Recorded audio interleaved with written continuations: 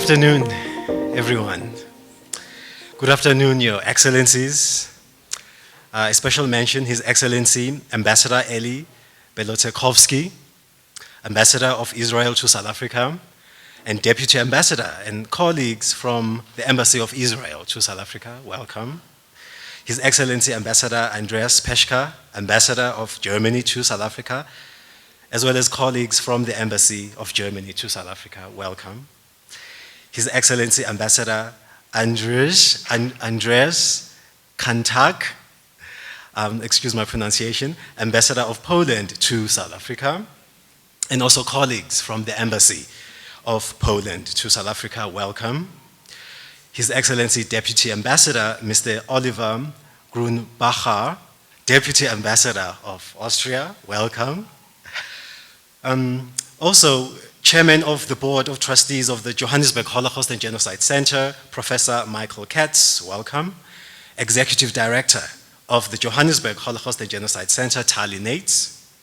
The incredible film producer and director and co-director of March of Remembrance and Hope, Austria, and today's keynote speaker, Iris Singer, welcome. We look forward to hearing from all of you. Thank you to all excellencies and colleagues present today and all members of the diplomatic corps.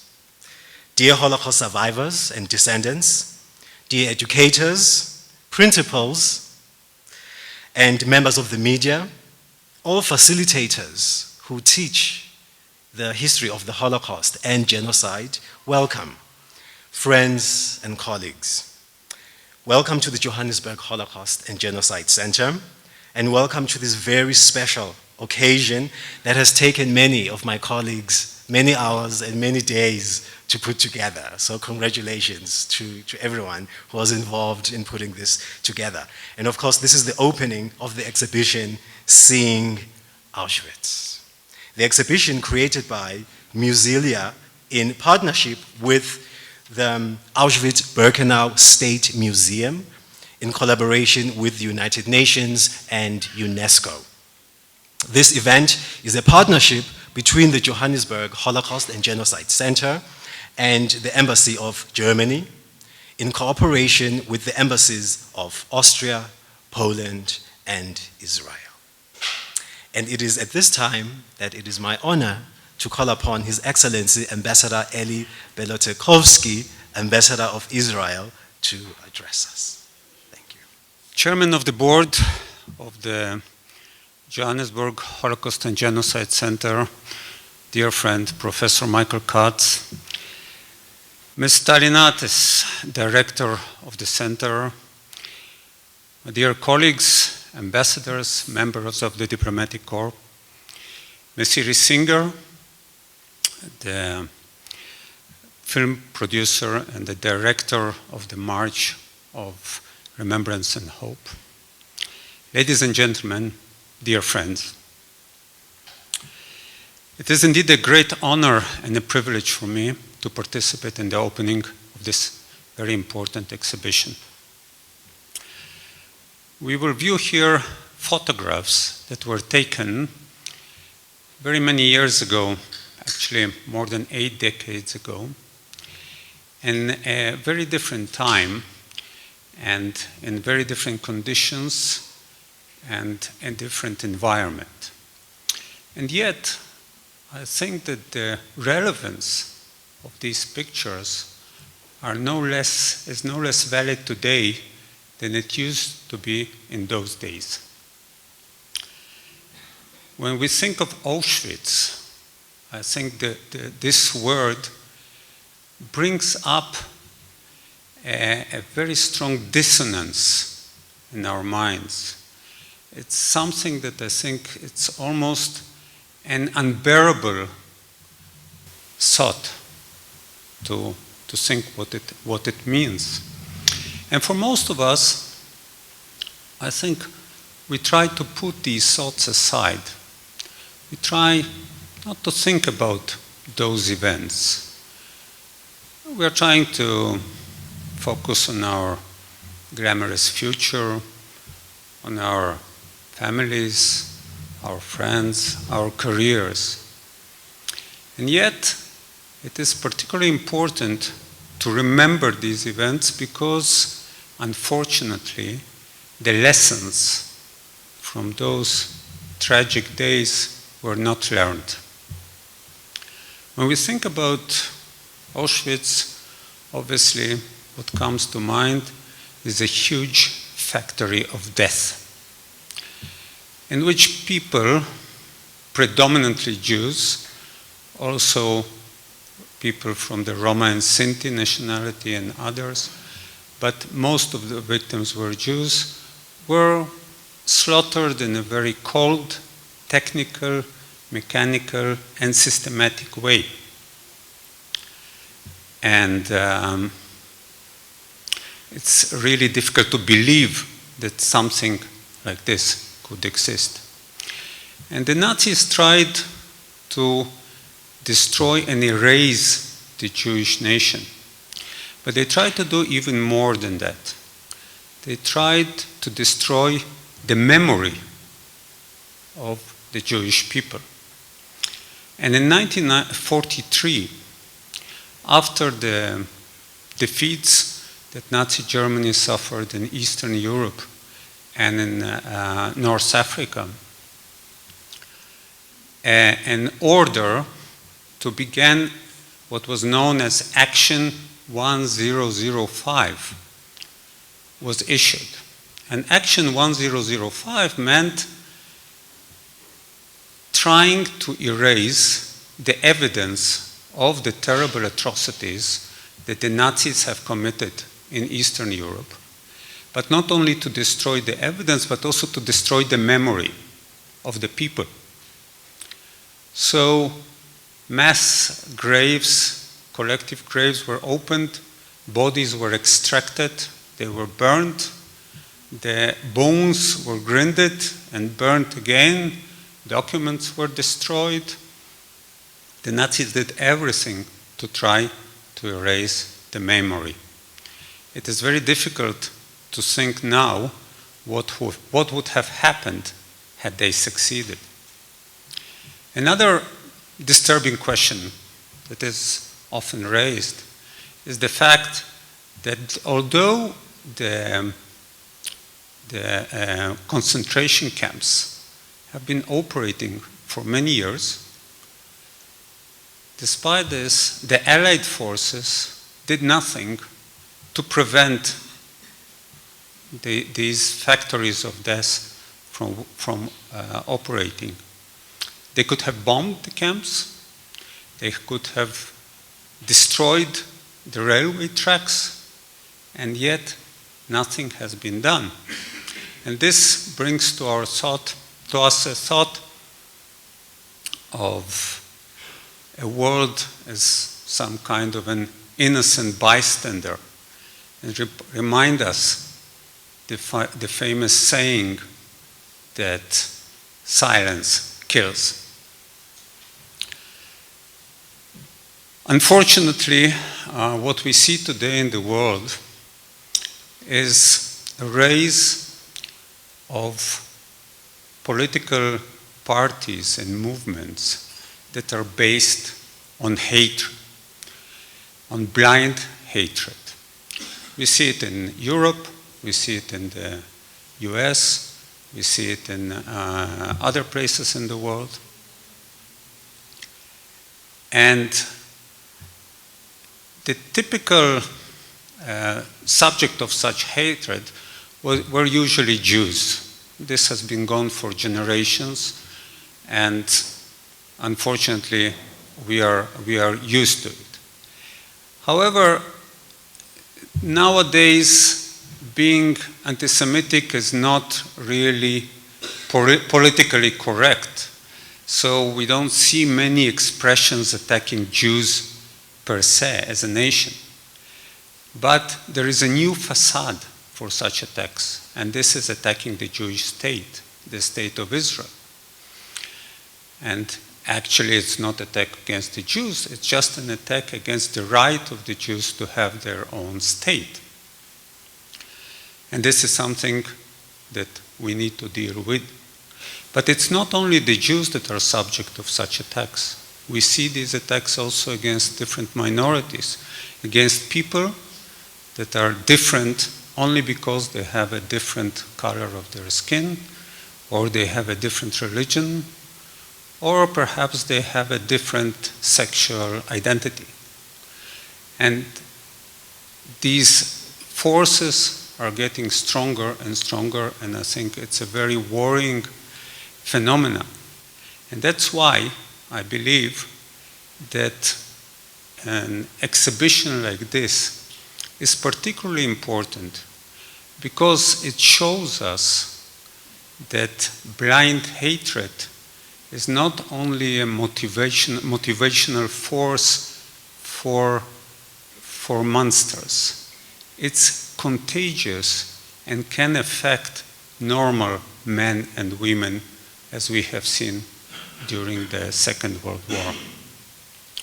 I would like to conclude by thanking the organizers of this exhibition, and particularly by thanking Tali, who has been working very hard, not only these days, but throughout the year, in trying to make us remember things that maybe we try to push aside. Thank you very much. Thank you.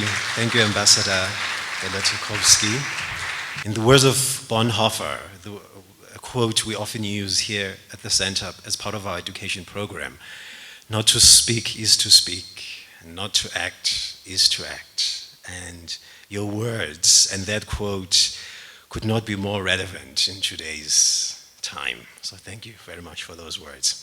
It is now my honor to call upon His Excellency Ambassador Andreas Peschka, Ambassador of Germany to South Africa, to please address us. Professor Katz, dear Talinates, Iris Singer,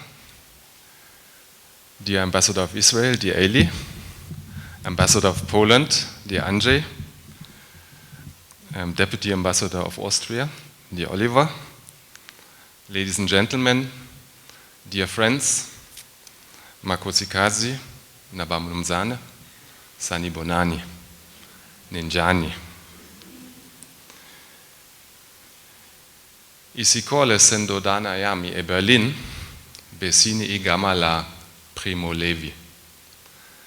The school of my son in Berlin was named after the Italian Jewish writer Primo Levi. He was a survivor of Auschwitz, and when we entered this building, the Johannesburg Holocaust and Genocide Centre, we saw his quote, "It happened once, so it can happen again." I think this quote and the warning by Primo Levi is a task for us in Germany and elsewhere. Never again, to make sure that a crime as horrendous as the Holocaust never happens again. It is the duty of us who live today not to allow anti-Semitism and racism, hatred and hate speech rise again. As Ambassador of Germany, I stand with humility here in front of you to join the opening of this exhibition on the death camps in Auschwitz. At the same time, it fills me with great joy and honor to be able to stand here with our friends and partners from Israel, Poland and Austria, and to speak after Ambassador Belotokowski.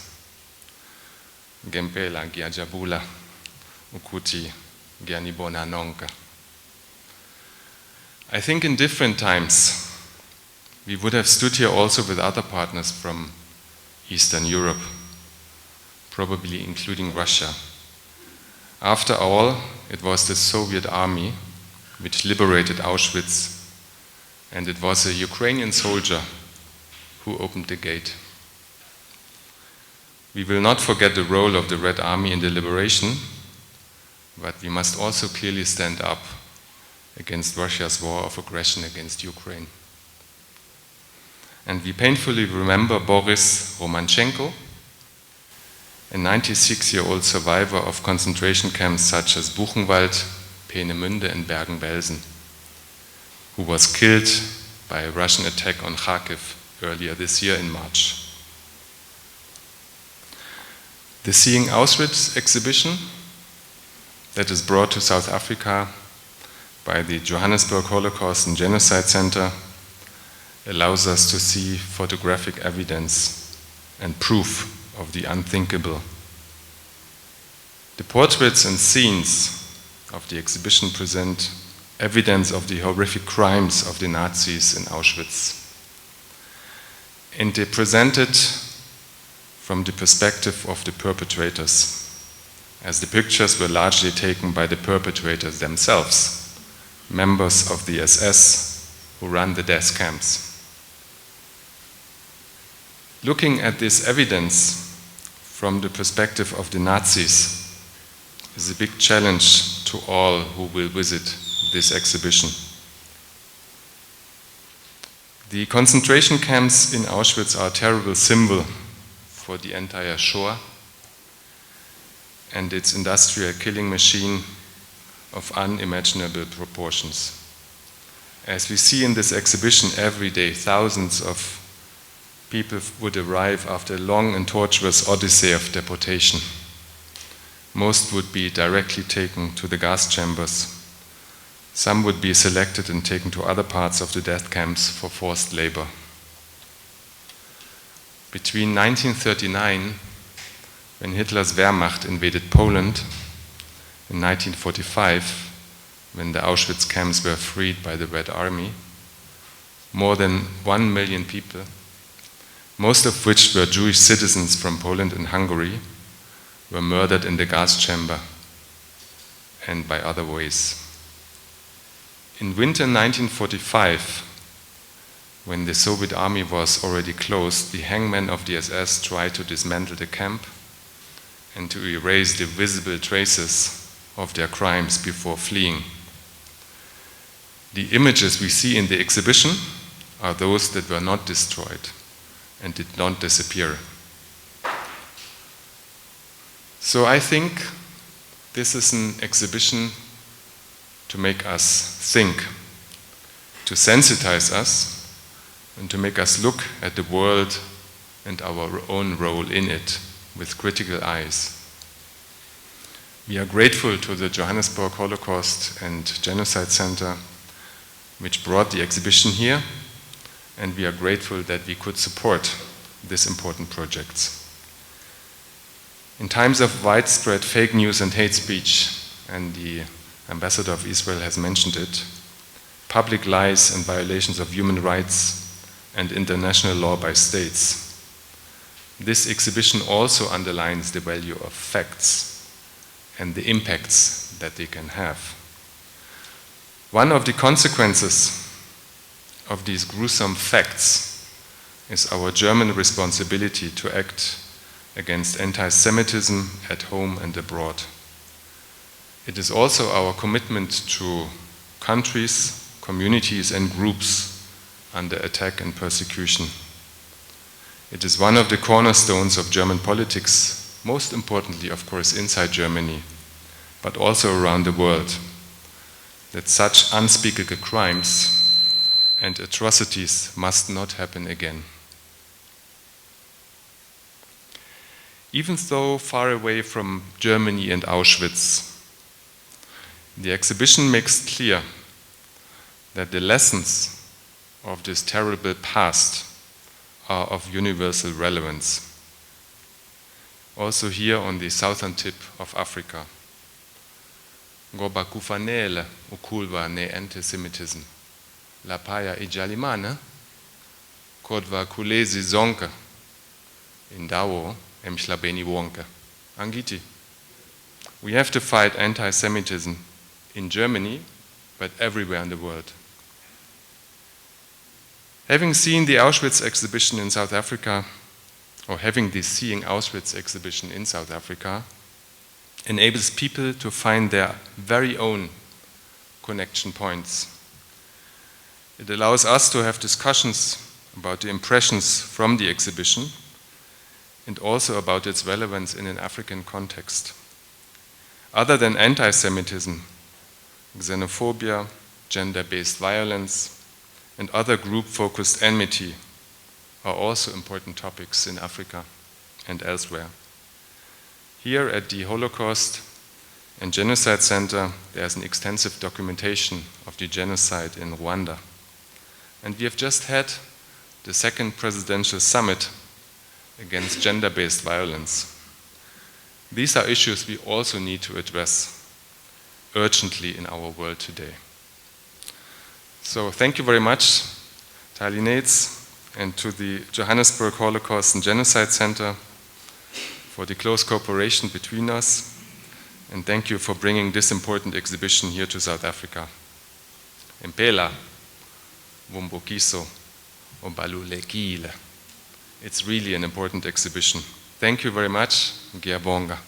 Thank you, Ambassador Pishka, for those words, and also for mentioning that quote by Primo Levi, that it happened and it can happen again. That quote is featured at the entrance of our building.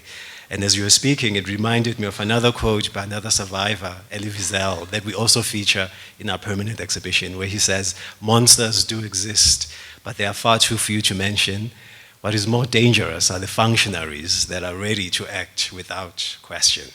And so again, those words are relevant today. It is now my honor to call upon His Excellency Ambassador Andrzej Kantak, Ambassador of Poland, to South Africa to address us. Thank you.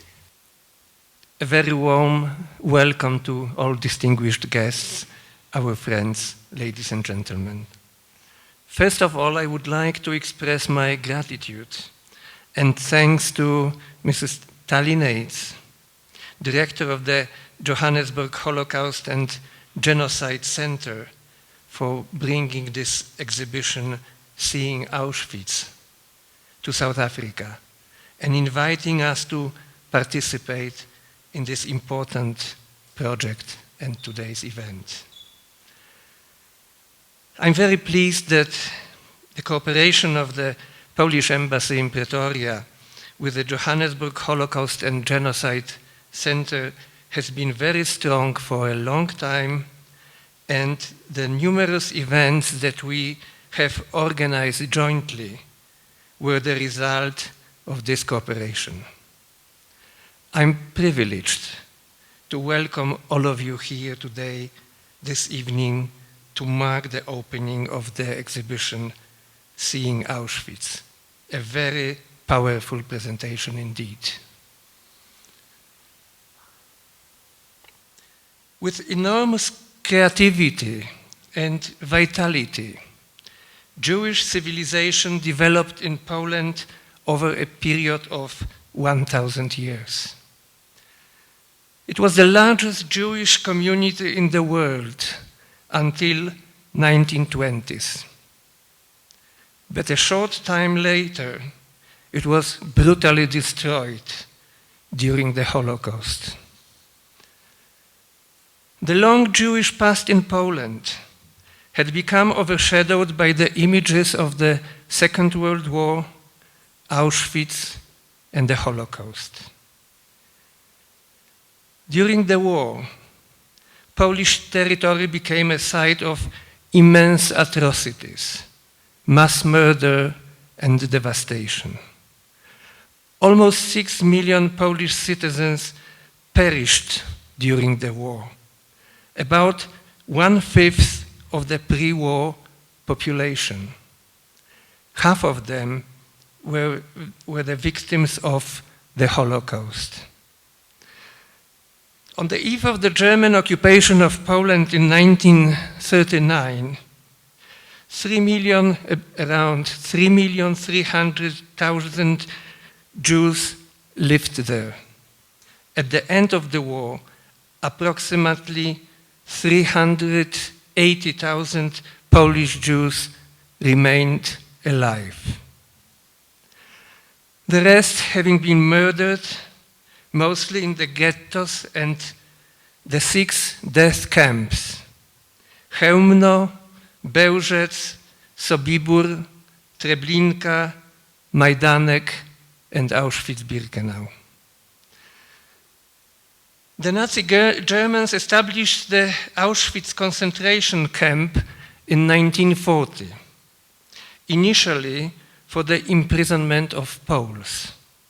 The first transport of 728 Polish political prisoners arrived from prison in Tarnów on June 14, 1940. Auschwitz-Birkenau was opened 2 years later and became the main site for the extermination of Jews. The first mass transport of Jews to Auschwitz departed from Poprad transit camp in the Slovak state on the 25th of March 1942.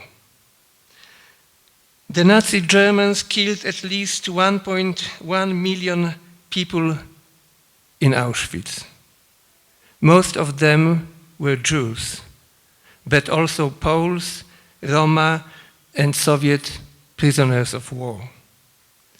Prior to extermination, most of the victims were demonized, dehumanized, and deprived of their civil rights.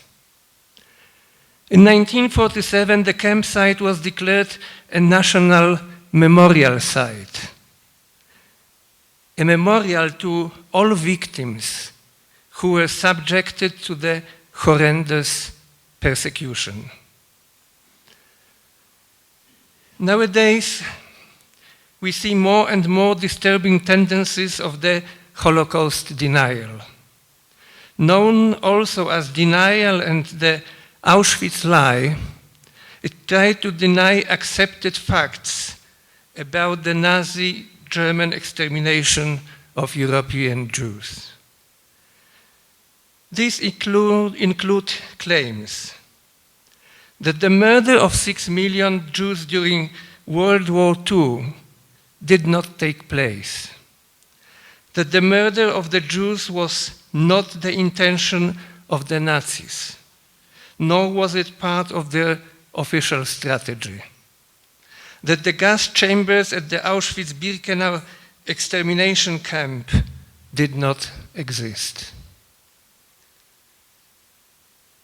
A more recent trend is to distort the facts of the Holocaust and genocide.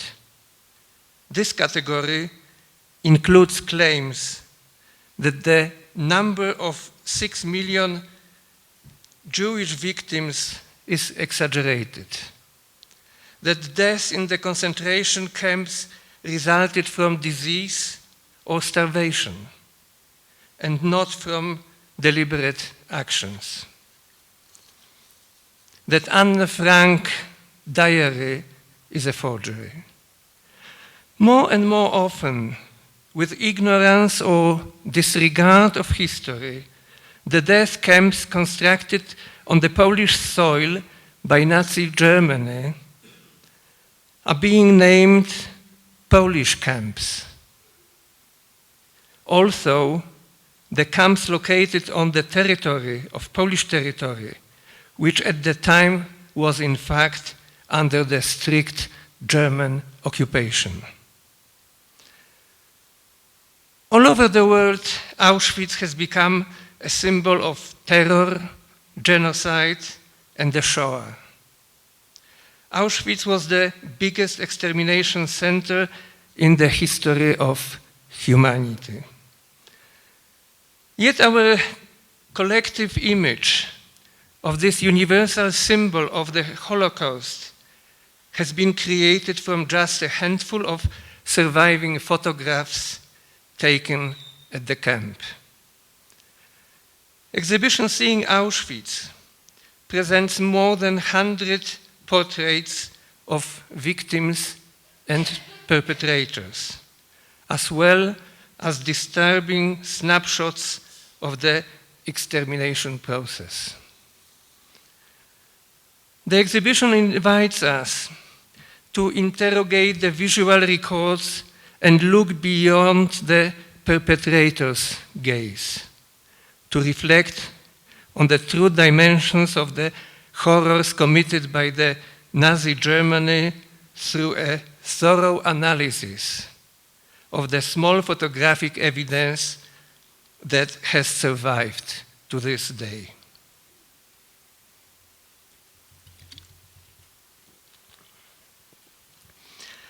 The exhibition gives us also an opportunity to pay tribute to the memory of all victims, those who perished and those who survived the abhorrent crimes of Holocaust, genocide, and other wars atrocities. We are privileged and honored having the Holocaust survivors among us today. We pay a deep respect and tribute to them.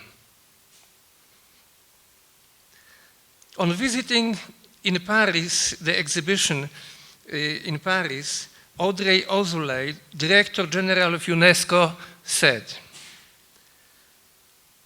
as anti-Semitism, racism, and xenophobia are on the rise globally, the exhibition Seeing Auschwitz is a powerful reminder that we cannot look away and remain indifferent in face of discrimination and violence.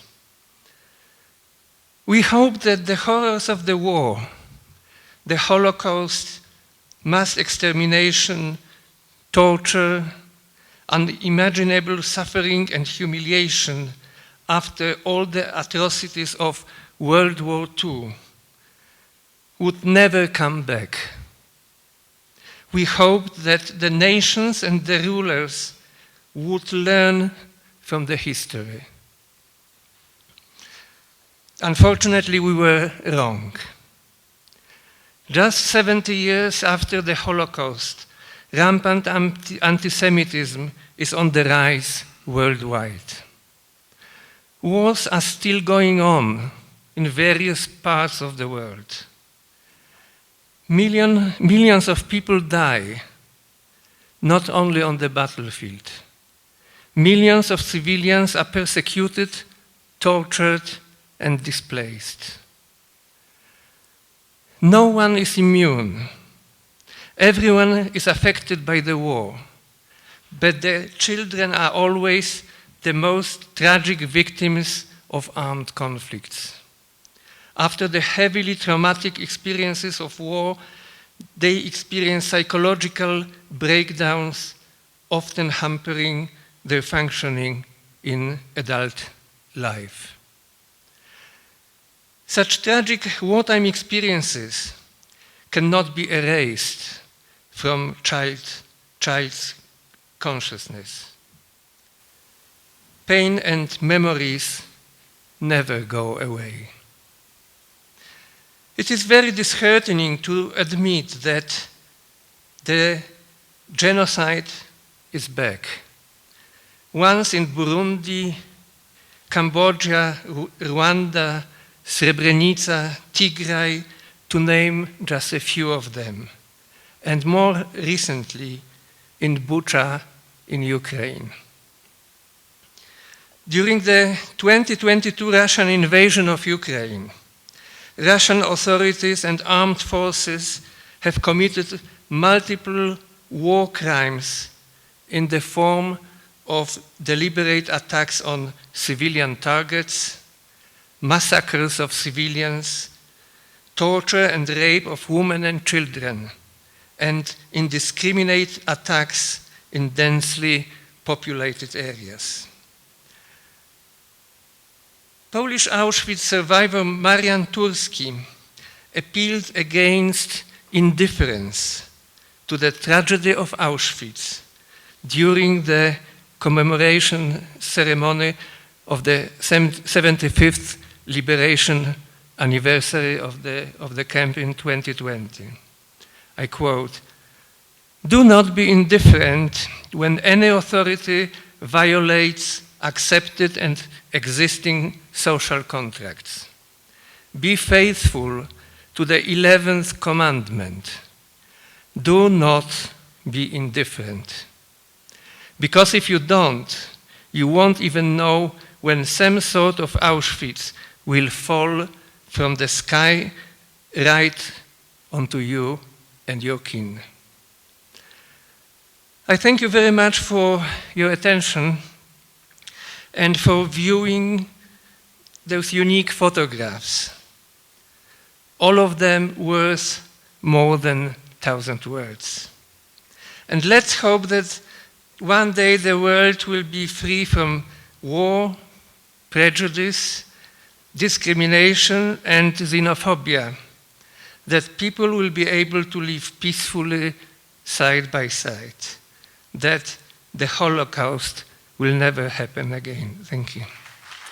Thank you. Thank you, Ambassador. And thank you for pointing out the Holocaust survivors that are present here today. And it's a reminder that it was not that long ago that this happened. And also thank you for reminding us that denial is also another part of the process of genocide. And this makes Holocaust and genocide education even more critical, even especially today. So thank you very much for that. It is now my honor to call upon His Excellency, Deputy Ambassador Mr. Oliver Gronbacher, Deputy Ambassador of Austria, to address us. Professor Michael Katz, Chairman of the Board of Trustees, Mrs. Tali Nates, Director of the Johannesburg Holocaust and Genocide Centre, Excellencies, Mrs. Iris Singer, Director of March and Remembrance and Hope, dear ladies and gentlemen. Thank you very much for the invitation. It is a great honor that I'm here with you today to open this important exhibition on Auschwitz. I'm also conveying the best wishes of Her Excellency, the Austrian Ambassador, Romana Königsbrunn, who is unfortunately unable to be here with us today. Even almost 80 years after the end of the Second World War, the importance of keeping the memories of the atrocities committed during the war by the Nazis can hardly be underestimated.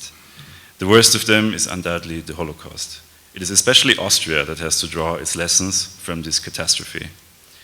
For a long time after the war, Austria has seen itself as the first victim of the Nazis, while in reality, masses gathered at Heldenplatz in the center of Vienna to celebrate the annexation of Austria by Nazi Germany.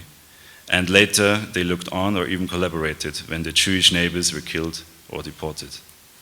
In 1938, Austria had more than 210,000 Jewish citizens, while at the end of the war there were a mere 2,000 to 5,000 left, with more than 64,000 being killed, many of them in concentration camps, like in Auschwitz.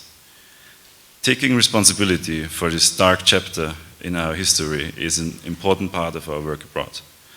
For this reason, we have finally made a change to our citizenship law in 2019, making it possible for descendants of persons who had to flee from Austria during the Nazi regime to claim their Austrian citizenships back, which their ancestors should have never lost in the first place. I am delighted that in this way we can welcome back a growing number of Austrian citizens worldwide, also in South Africa. I would also like to use the opportunity and thank Tali for her work and the good cooperation we've always enjoyed with her. I hope that the Austrian Holocaust Memorial Award you received last year can show the importance we attach to your work here in South Africa and beyond.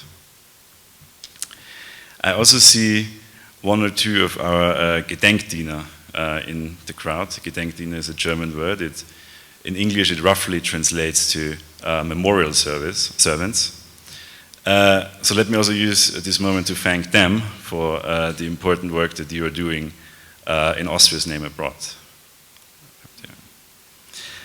As some of you may know, Gedenkdiener are young Austrians who do a memorial service for 6 to 12 months to help keeping the memory of the Holocaust and the atrocities of the Nazis alive.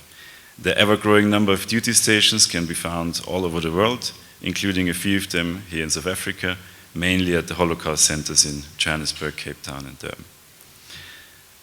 Lastly, pictures have an immense power. They cannot simply be neglected or talked away. They visualize the stories of individual victims and make tangible what numbers alone cannot do. It is for a good reason the saying goes, a picture is worth 1,000 words.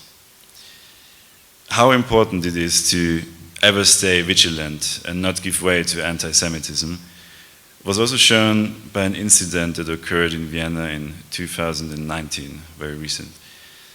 Oversized photographs of Holocaust survivors, which were exhibited in a public space in the historic center of Vienna, were slashed with knives and smeared with swastikas. I'm mentioning this because this horrible incident also shows what the public response must then be. The public rose up, they protested, and young members of the civil society of very, very diverse religious and cultural backgrounds sewed them back together and subsequently protected them 24/7 from any further damage. And this made the message even stronger than before. I think this can serve as a lesson for all of us, actually. Let us follow this example and swiftly act, just like these young activists, whenever necessary, so this truly can never happen again. Thank you very much. So thank you very much. It is now my honor to call upon Professor Michael Katz to please address us. Distinguished ambassadors, members of the embassy staff, also to the survivors, to our guest speaker, to Tully. A lot of what I would have said has been covered. So I am going to reduce and give an opportunity for you to see the exhibition. But just one or two, and let me just say how moved I've been by the frank words, moving words of the embassies, the ambassadors, representatives of Germany, Poland, Austria. It really is wonderful that we can move ahead in the realization that there is a responsibility and we have to accept it. So I thank you very much, the three of you, for your moving comments about the responsibility of your own countries. Last week we had in South Africa the ambassador from the United States, Deborah Lipstadt, and she made two very important statements. The Holocaust didn't start in Auschwitz, and the crematoria of Auschwitz didn't spring up overnight. And this is really the message I want to briefly deal with. It was the product of prejudice, a slippery slope. Prejudice followed by hate speech, discriminatory laws, detention centers, gas chambers. That's the slippery slope that really is the lesson of the Holocaust. And what also follows from this is how ordinary, decent people can get caught up in the slippery slope. And really, that is the challenge that all of us face today. So just a few brief words. Professor Daniel Goldhagen, in his memorable book, Hitler's Willing Executioners, Ordinary Germans and the Holocaust, he made the point that has already been made. If you wish to destroy a people, first dehumanize them. And perfectly ordinary Germans from all walks of life brutalized and murdered Jews willingly and zealously. They acted as they did because of a widespread, profound, accepted, and virulently anti-Semitism that led them to believe that the Jews were a demonic enemy whose extermination was not only necessary but just. taking this line of thought a little further, I want to draw your attention to a remarkable book by Mary Fulbrook entitled A Small Town Near Auschwitz. And let me just quote, "The Silesian town of Bedzin lies a mere 25 miles from Auschwitz. Through the linked ghettos of Bedzin and its neighboring town, Snozowicz, some 85,000 Jews passed on their way to slave labor or the gas chambers." And the book points out that before the war, little Jette Kleiner recalls a happy childhood, coming home from school, doing her homework, playing with her friends, and then the war came and life became catastrophic. And it goes on to analyze, and this is really the essence of what I wish to convey today. She deals with the principal civilian administrator of Bedzin, Udo Klauser, a happily married man who lived an ordinary life. He was then an administrator, and he got sucked in and zealously complied with the requirements of his superiors and participated in the most inhumane policies that were the precursor to the genocide. And finally, in a book entitled Ordinary Men by Christopher Browning, we learn that in 1942, a unit of ordinary middle-aged German reserve policemen were ordered to liquidate a Jewish village. Most of them had never fired a shot before at a human being, yet they killed with little hesitation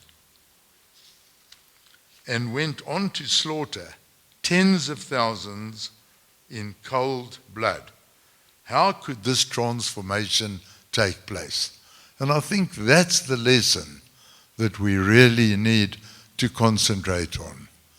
Ordinary men, ordinary lives, family lives, ordinary little children, playing at school, coming home, doing their homework, and all of them were caught up in this slippery slope: prejudice, hate speech, discriminatory laws, detention centers, death camps, crematoria. And that's really the challenge that we have, and all of our guest speakers before have pointed this out.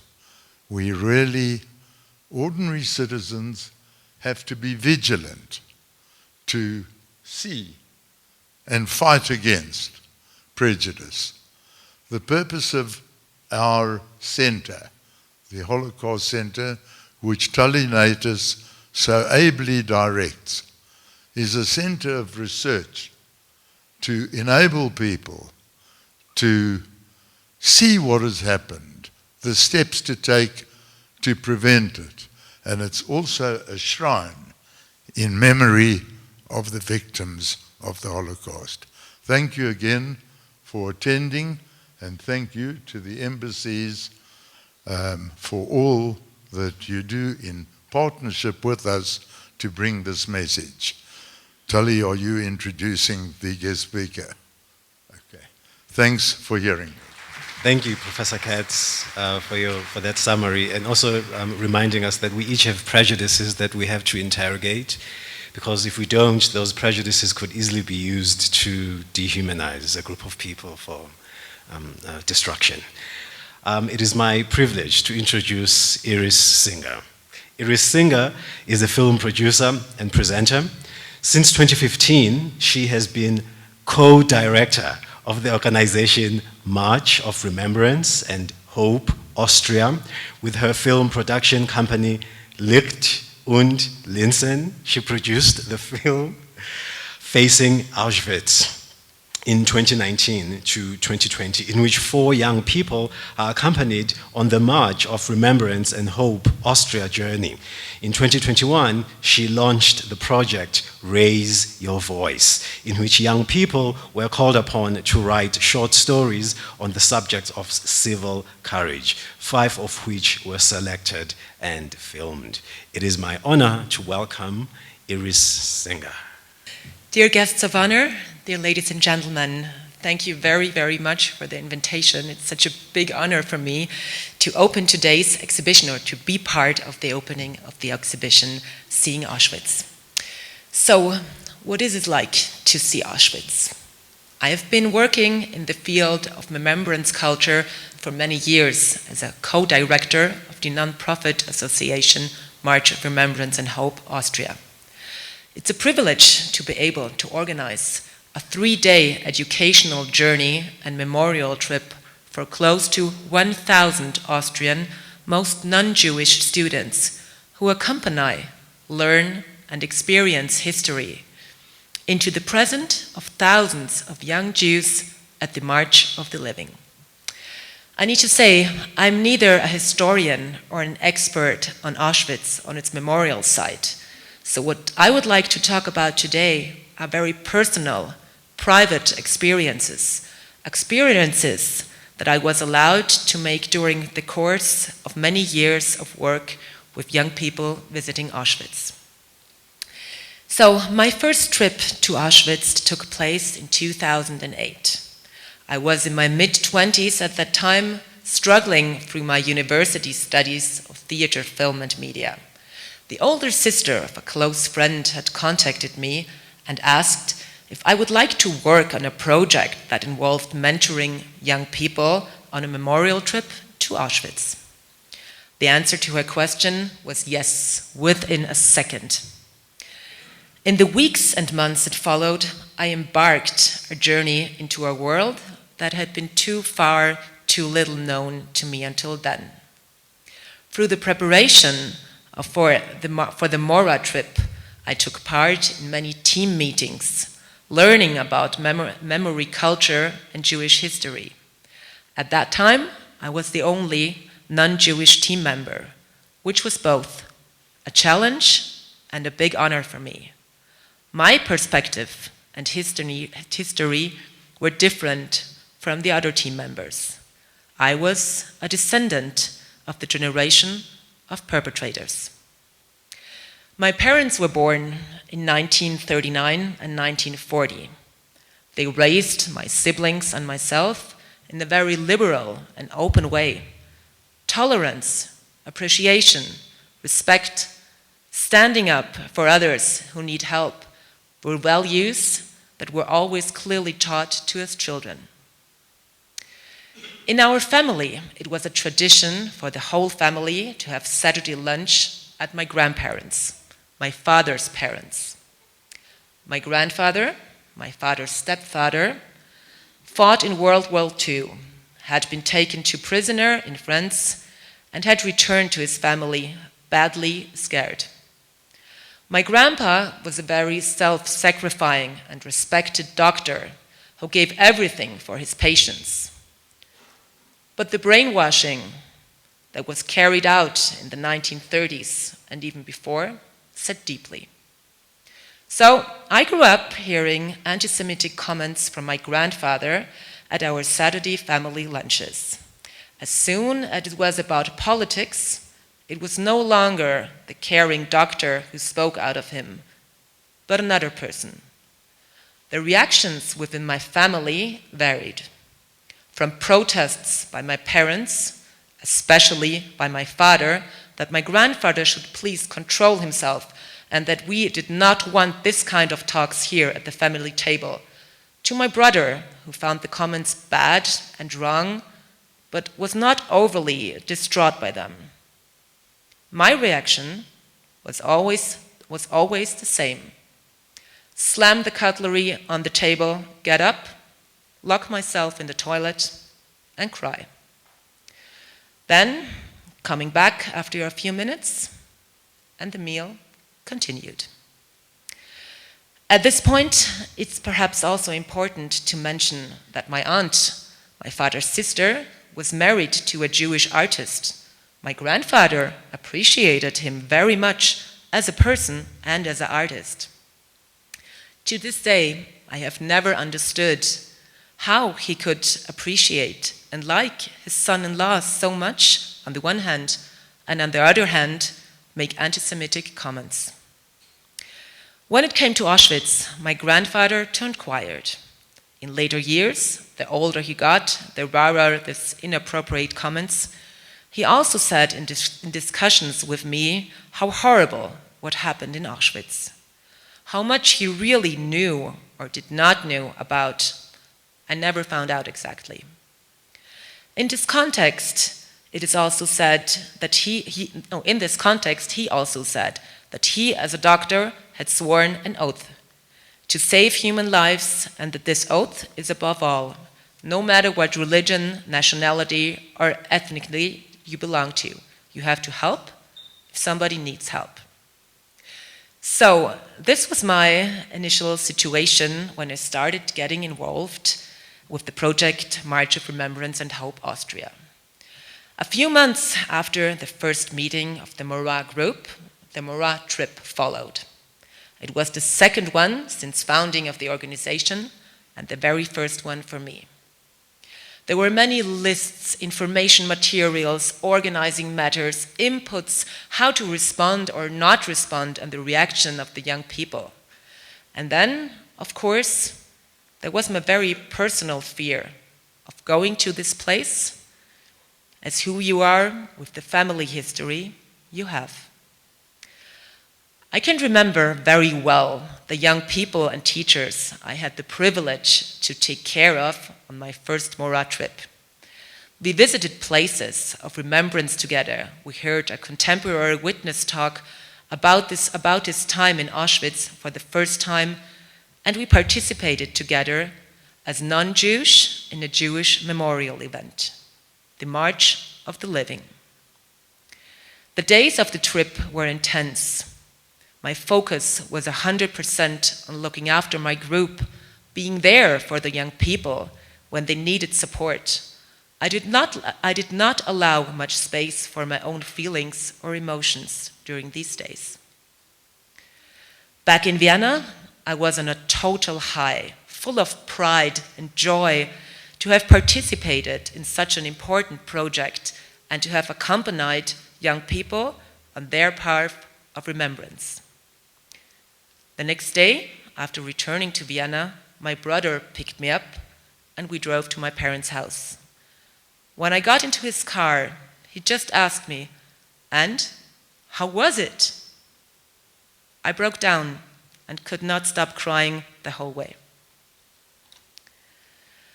Thus began my journey with Mora. I had fallen in love with the project within a very short time, and the Mora trip became a fixed date in my year from then on. In 2015, I was called upon by the existing board to become one of two leading members of the board. So let me explain, what does Mora exactly do? The March of Remembrance and Hope Austria is a non-profit association that offers the program Mora for Austrian students. In 2019, we were around 1,000 participants from 14 different schools from Austria and 3 different schools from Germany. This multi-month educational program focuses on humanity, tolerance, and moral courage, with the students learn contemporary history, commemorate the victims of the Shoah, and get to know Jewish culture and traditions. History is not an abstract, a construct dealing with the past that we may have nothing to do with anymore. But dealing with the past has an impact on how we continue in our present and future. Therefore, the work of Mora is based on 5 essential elements. During the preparation and follow-up work of the trip to Poland, the young people learn that dealing with the past is our responsibility for today. That basic mechanisms and that once led to the Shoah are the same ones that are still effective today, with reference to exclusion, discrimination, and racism.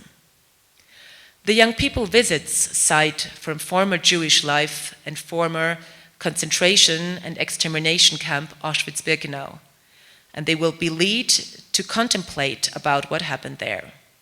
They meet peers of different backgrounds and nationalities, which in turn gives them hope and courage for a common future. The young people are accompanied by their journey by contemporary witness, which is an increasingly rare opportunity in order to get first-hand personalized information about what has happened in the camp. The participants become a bearer of memory, keeping alive the memory of those who have not survived. Never forget and never again. Mora teaches the youth and their teachers Jewish culture and traditions as they are being involved today, for example, by Chief Rabbi Paul Chaim Eisenberg, the president of the Jewish Community Austria, Oskar Deutsch, Superior Chanter Shmuel Basilai, and historian Professor Avi Blumenfeld. They have been long-time supporters of the project and help to lead the young people from the past into the present in an emotional and impressive way. So, what happens to the young people on the trip? Can the Mora trip or a visit to a memorial site create awareness in the long term? A teacher who has been participating at the Mora trip for many, many years told us that she had spoken to parents of the young people who had taken part of the trip. The parents said to her, "My child has changed since the trip. It has grown up a lot." I may continue to quote her. They are the same people, of course. They don't change their whole personality. Until we go to Auschwitz, everything is normal. Then we are there, in Auschwitz. It is a time for me as a teacher who knows her students long and well, when I cannot calculate who will react in which way, what is going on inside them, and what will they need from me. When they come back, they don't want to talk about it. Then we meet at school. A few days and weeks later, they tell me on their own accord, "This journey gets stuck in you. It stays inside you. You can't compare this with what you learn in history lessons. That's something completely different. You have to see and experience it." And the young people say quite clearly that everyone should go there. It may have been the most strenuous and psychologically stressful trip they make in their school careers, but it was also the one they remember the most and the one that leaves the biggest mark on them. An experience that touched me personally very much was during the Mora trip 2019. Before our eyewitness talk in Birkenau, I had the opportunity to talk to some of the young people from our group. One girl in particular asked me a lot of questions, and we talked as long as time allowed. Then we both had to go to the eyewitness talk with the survivor, Mr. Viktor Klein. After the talk, when all our groups were on their way to their buses, I was standing at the entrance of Birkenau, coordinating groups and buses. The girl I had talked earlier to looked at me and said, "Thank you for doing this. Is it okay if I give you a hug?" Tears welled up in my eyes, and I realized once again how grateful I was for my work and my experiences at Mora. But Mora is not my only professional field. I am also working in film industry, and I have a film production company since a few years. So the idea came up quite quickly to make a film of the experiences of the young people at the Morin journey. That's how the work on the film Facing Auschwitz began.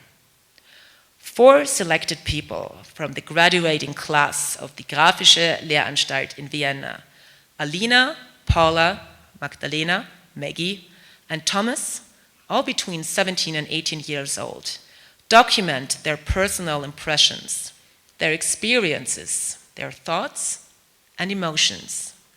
They record their experiences of the journey in an audio diary, film scenes, photographs, and drawings, and are thus intended to convey to us authentically their world of experience during the dense, causing an emotionally charged journey. But the challenge here was clearly to show the young people as authentically as possible, not to stage them, but simply accompany them on their journey and not to influence their experiences or emotions in any way. It was extremely important for the entire team to give the young people space and convey to them that if there are moments when they don't want to be filmed, we will always respect that. And they can tell us honestly if it's too much for them and if they need a break. The Facing Auschwitz project and the relationship with our young protagonists was therefore based on trust and respect from the very beginning. Before we're gonna see the trailer of Facing Auschwitz, I would also like to tell that when we started the project with the film, we had no idea of the financing of the film. We applied for financing, but when we started with the film shooting, nothing was clear. So especially for my colleagues, for me, it was a project from my heart, but for my colleagues, also, they just said, like, no, this is so important, and also if we're not gonna get the money, if we're not gonna get the financing, we are gonna do that. So maybe we can just have a short impression. We'd like to show the trailer of Facing Auschwitz now. Morgen beginnt die Reise und ich bin nicht bereit.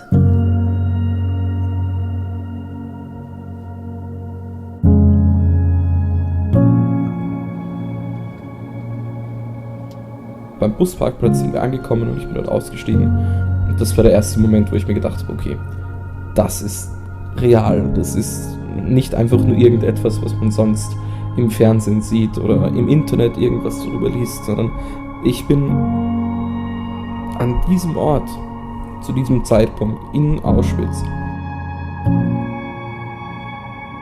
Als wir dort in die Gaskammer reingegangen sind und mir die ganze Zeit irgendwie im Kopf nur dieser Gedanke war, wie unglaublich viele Leute da reingegangen sind und dass das letzte Tageslicht war, das sie je gesehen haben. Und das war eben so mein Moment, wo es wirklich kurz einfach total alles plötzlich real geworden ist. Und beim Rausgehen war es dann halt wieder so weil es war an dem Tag halt sonnig und ich bin rausgegangen und es ist direkt die Sonne irgendwie in mein Gesicht gestrahlt. Und es war so okay, diese ganzen Leute, die da reingegangen sind, genau wie sie dann drin war, das war deren größter Wunsch, dass sie da wieder rauskommen. Und das ist denen halt, also dieses Glück hatten sie halt nicht.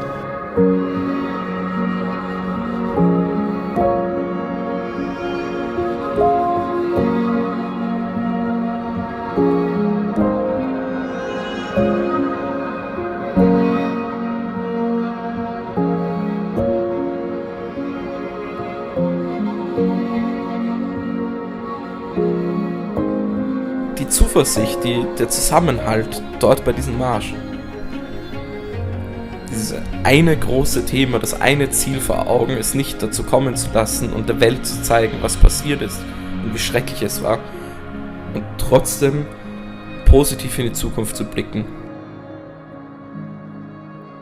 Dieser Mensch, Viktor Klein, bringt, finde ich, eine unglaubliche Grundaussage mit, nämlich habt einfach mehr Liebe füreinander. Und ich habe viel darüber nachgedacht im Nachhinein, was ist quasi das, was kann ich mitnehmen für mich.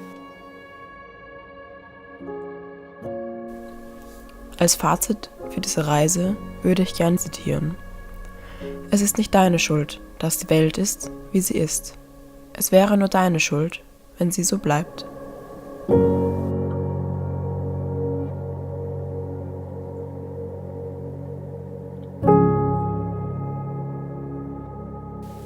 Thank you.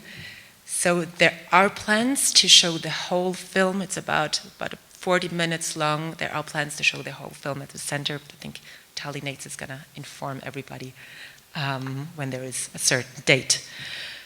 I can just say I'm incredibly proud of Maggie, Alina, Paula, and Thomas. The way they dealt with the topic before the trip, during the trip, and afterwards was just so deeply impressive, so incredibly reflective, honest, and clear. Always asking the question, who am I going there as, and who will I come back as?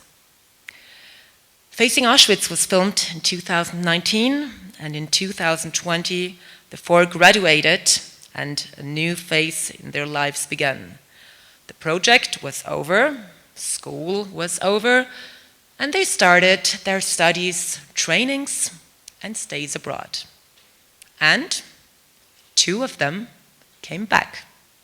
Alina and Maggie were back on the Morat trip 2022, this time as members of the team and supervised school classes on our 3-day trip. For me, as a leader of the project, this is such a great joy and wonderful feedback when you realize something sustainable has happened. Sustainable is also a story that happened after the 2019 trip. In the Morat project, there is a joint closing event a few weeks after the trip when we're coming back, where all participants are invited. There are speeches, food, and music. So that afternoon focuses on life and a positive look into the future. At the same time as our Morat closing event, there was the exhibition Lest We Forget in Vienna. Lest We Forget is an ever-involving exhibition project by German-Italian photographer Luigi Toscano. Since 2014, he portrayed over 400 survivors, capturing their stories and lending a human face to the abstract horror of Nazi persecution. More than 1 million visitors worldwide have seen the photo installation Lest We Forget.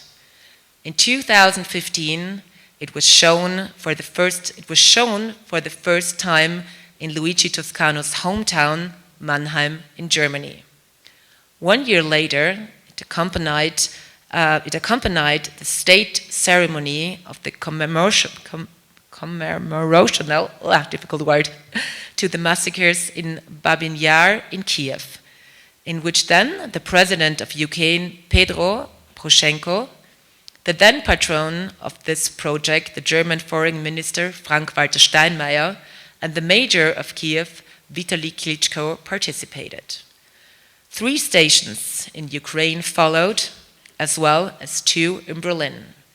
In 2018, Lest We Forget had its first exhibition in the US. The installation was invited to the International Holocaust Remembrance Day at the headquarters of the United Nations.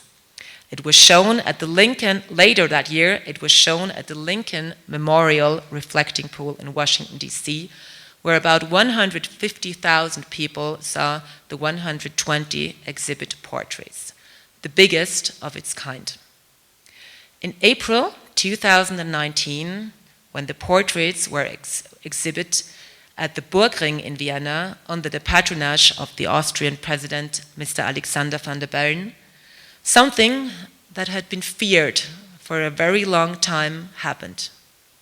Several pictures were defaced with knives and vandalized with National Socialist symbols and slogans. The exhibition had been in so many places, all around the world. Nothing had happened.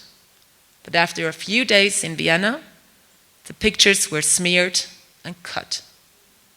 What a horror. All this happened just a few days before our closing event. Since I was in contact with our 4 young film students, we had a common WhatsApp group. So I sent them a newspaper article about the terrible events surrounding the exhibition. One day later, I got a call from Alina. She said she wanted to do something, and if I could help her. Alina and the other 3 young people have then called at our closing event, where about 300 to 400 people were out to set a common sign within the action of 111 hearts as a sign of respect. And also here we have a short trailer, and Alina is going to explain, or the trailer itself is going to explain what has happened.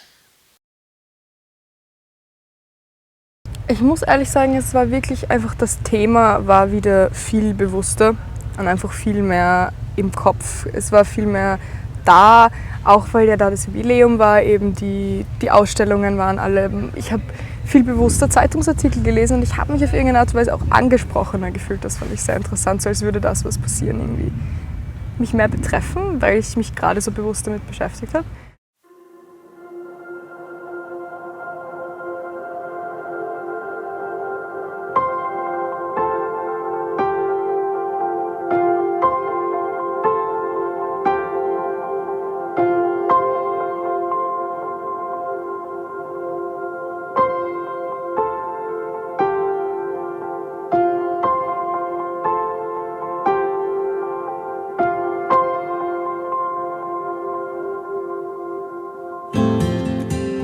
Ausstellung zu dem Zeitpunkt beim Heldenplatz, wo Bilder von Zeitzeugen aufgestellt wurden. Das sind so durchsichtige Bilder aus so Transparentfolie und die war halt öffentlich zugänglich. Man konnte da sehr nah rangehen, auch angreifen und alles. Also jetzt nicht so klassisch Museum.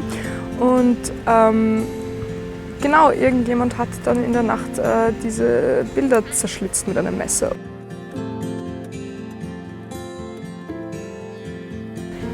Das war so das erste Mal, vielleicht weil auch gerade eben alles so frisch war und so noch so nah und so bewusst, dass ich mir gedacht habe, man will eh immer was machen.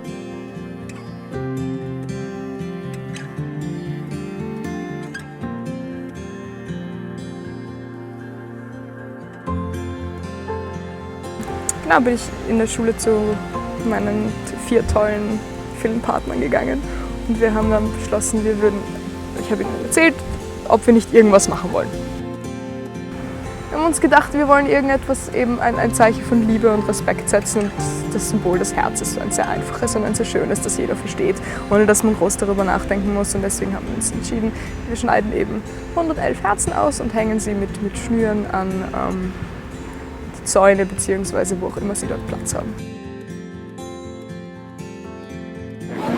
Dinge, die aus dem Herzen kommen, ziehen das Herz ein. Und wir gerade gesehen haben von Alina, ziehen Dinge, die aus ihrem Herz kommen, respektive aus dem Herz des Gymnasiums und dieser Schüler in das Herzen der Menschen, über das Herz, das hier am Gitter angebracht wird. Und ich glaube, das ist das beste Zeichen, dass die Zukunft mit Herz noch besser werden kann. Danke.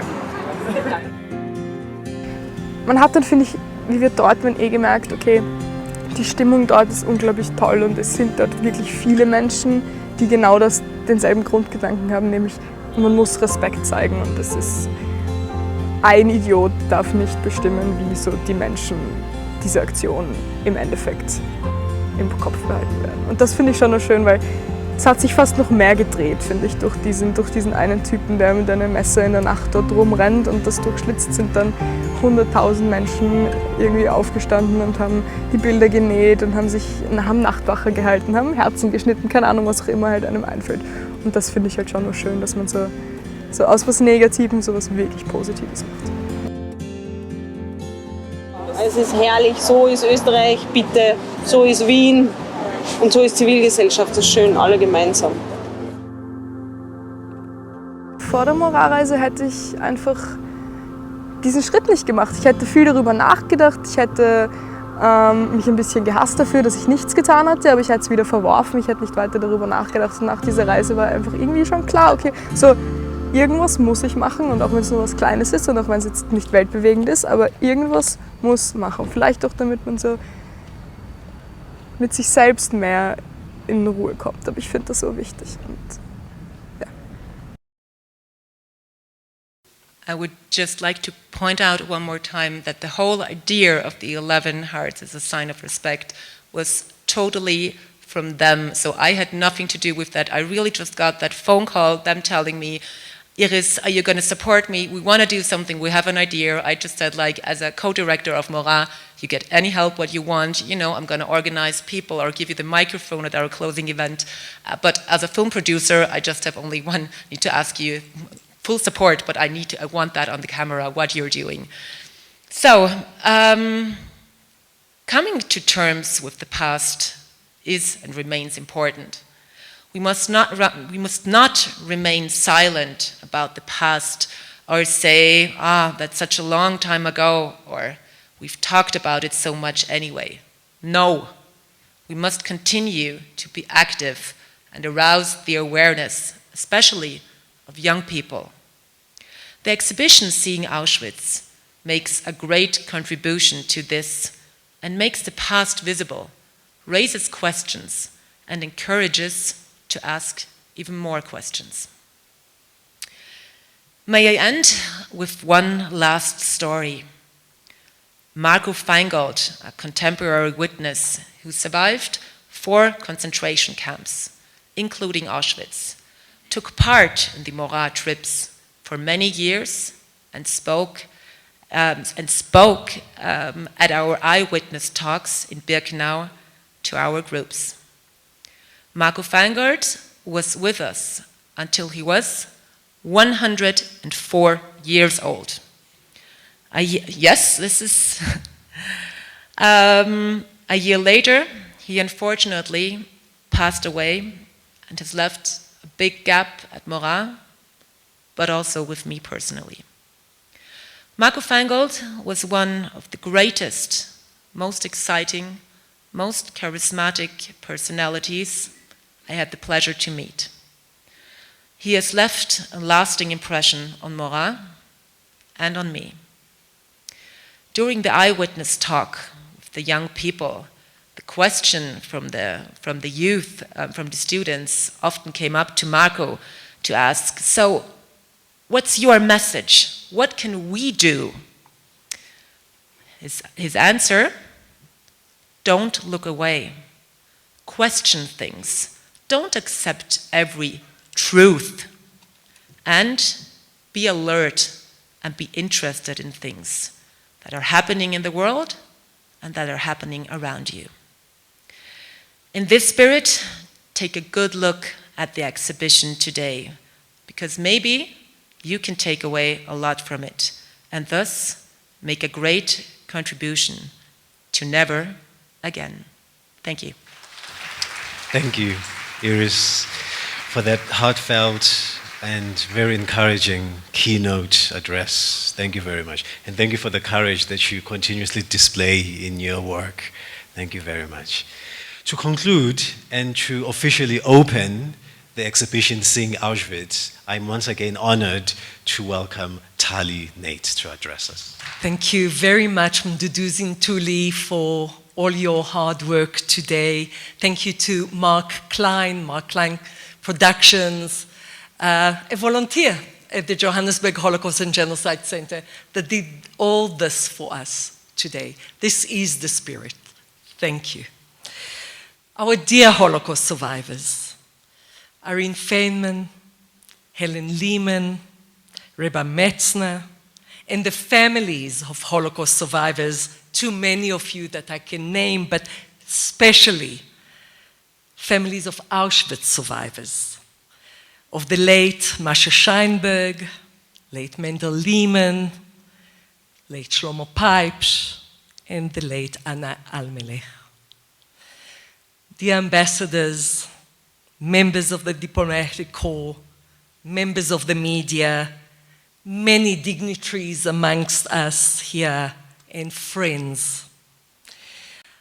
I, first of all, would like to express great and deep gratitude for all of you that helped us to bring this world acclaimed exhibition that really traveled all around the world and now is in the African continent for the first time, opening in South Africa. And this exhibition is brought actually from Spain, from all places, from an exhibition center in San Sebastian, north of Spain, Musaelia, led by Luis Ferrero. He created this exhibition. It's unbelievable. And his team, together with the Auschwitz-Birkenau Memorial, with Pavel Savitsky and his team, and together with the UN, and together with UNESCO. And Paul Salmons, he is one of the experts around the world, and he curated the exhibition that I'm going to announce its opening in a minute or two.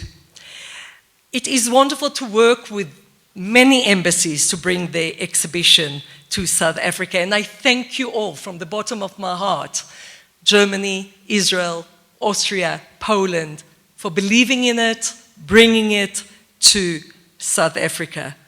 Thank you also to the Rosa Luxemburg Foundation that is always supporting Holocaust memory and education in South Africa, and they helped us as well. The fantastic team at the Johannesburg Holocaust and Genocide Centre, led by Jordan Saltzman, our exhibition director, but of course Mduduzi Ntuli, Catherine, Shirley, Dowie, Delka, Joel, Mandinho, Vix, and then Entley, that organized this event for us today. Iris Singer, she came for 3 days, arriving on Friday, leaving tomorrow, just to share with us her impactful work, but I think more important, it is the connection of Auschwitz, and I think you saw that, the past to today, to the youth today, and to the lessons that we should learn from that specific space, place, and history. Ambassador of Israel, you spoke about Sonderkommando 1005. My father was part of, sadly, Sonderkommando 1005. In 1944, he had to dig the mass graves in Plaszow, next to Krakow, in that concentration camp, and destroy that evidence. These are the stories that we need to tell. We need to tell, we need to share those stories. They are extremely, extremely important. The lead curator of this exhibition, Paul Salmons, reflected, and I want to share his words. He spoke about the exhibition and he said, they look like faithful portraits of an instant, but these photographs are not neutral sources at all.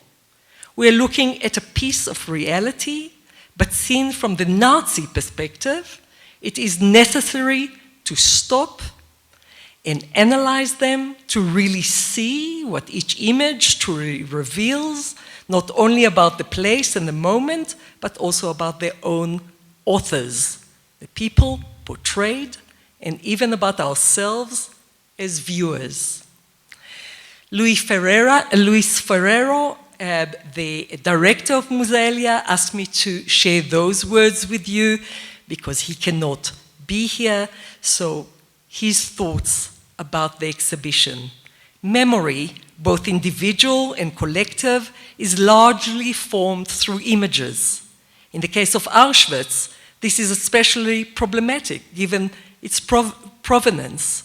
This is what we wanted to explore in this exhibition, which also allows us to extend our gaze to the present, to question ourselves if we have really known how to see Auschwitz after everything that happened from 1945 onwards.